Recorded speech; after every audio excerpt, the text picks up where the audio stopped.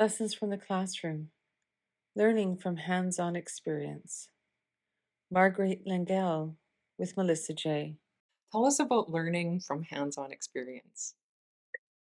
Yeah, this one's so fun. So, I mean, full disclosure, I'm a practice girly.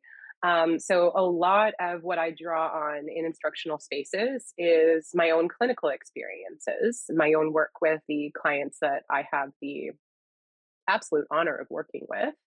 And students really identified in this research and the scholarship of this teaching and learning research the importance of this experiential aspect of their learning. And I think it's why I love your resources and Sandra's resources so much, because I think they're such good models of that experiential learning. Um, so this was, from a practical standpoint, students shared that the understanding that everyone has culture and that learning about culture rarely happens without a relational context, right? Rarely happens in the absence of relationships.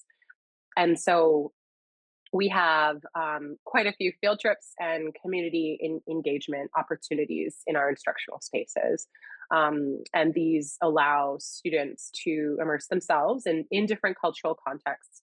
And on a practical level, these experiences really push, at least I think, novice counselors to become aware also of the resources that are available for their clients once they are in practice. Students actively seek out and engage with various agencies and organizations, both on campus, because we're so fortunate to have so many resources on site, as well as in the community. And they attend events and interact in different cultural spaces. Then they're encouraged to reflect on what that was like for them.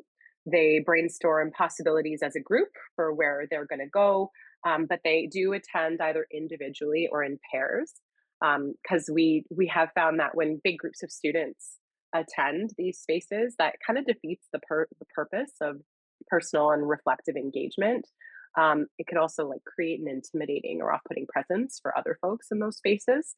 And so the goal with these field trips is to foster, again, these thoughtful interactions that support the cultural learning that's happening in the instructional space. Another aspect of experiential learning that we really kind of sit with is reflecting on social media habits.